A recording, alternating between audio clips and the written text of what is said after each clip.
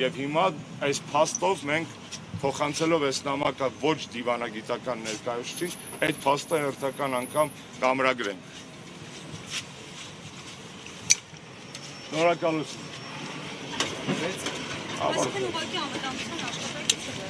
Այո, անվտանգության աշխատակիցը ով առավոտ տնից դուրս գալու թեժ ցանկություն չուներ հայտնի դառնալու եւ ձեր տեսակետների առաջ տանելու, արդեն հանձնարարել են վերցրել են,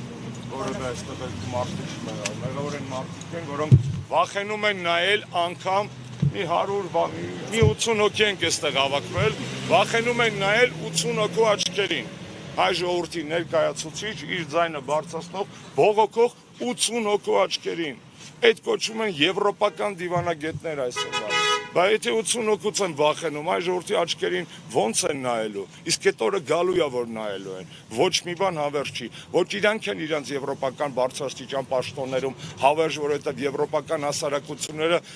իրենք են դժգոհ իրենց այսօրվա էլիտաներից։ Ոչ էլ Նիկոլն է հավերժ, որպես այս օկուպացիոն ռեժիմի, Հայաստանը զավթած օկուպացիոն ռեժիմի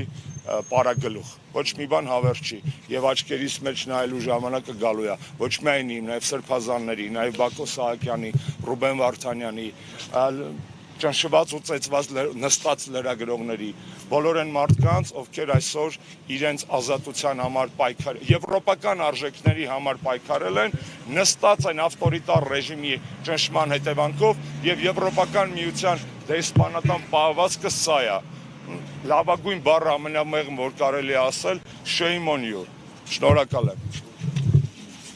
Շնորհակալ եմ բոլոր մասնակիցներին եւ լրագրողներին։ Նորից մեր շնորհակալությունը հայտնեմ բոլոր գործընկեր կուսակցություններին, որոնք արձագանքել են եւ այս հատվածում, այս պայքարում միասին են։ Մերսի։ Տղեկ ձեզ շնորհակալություն։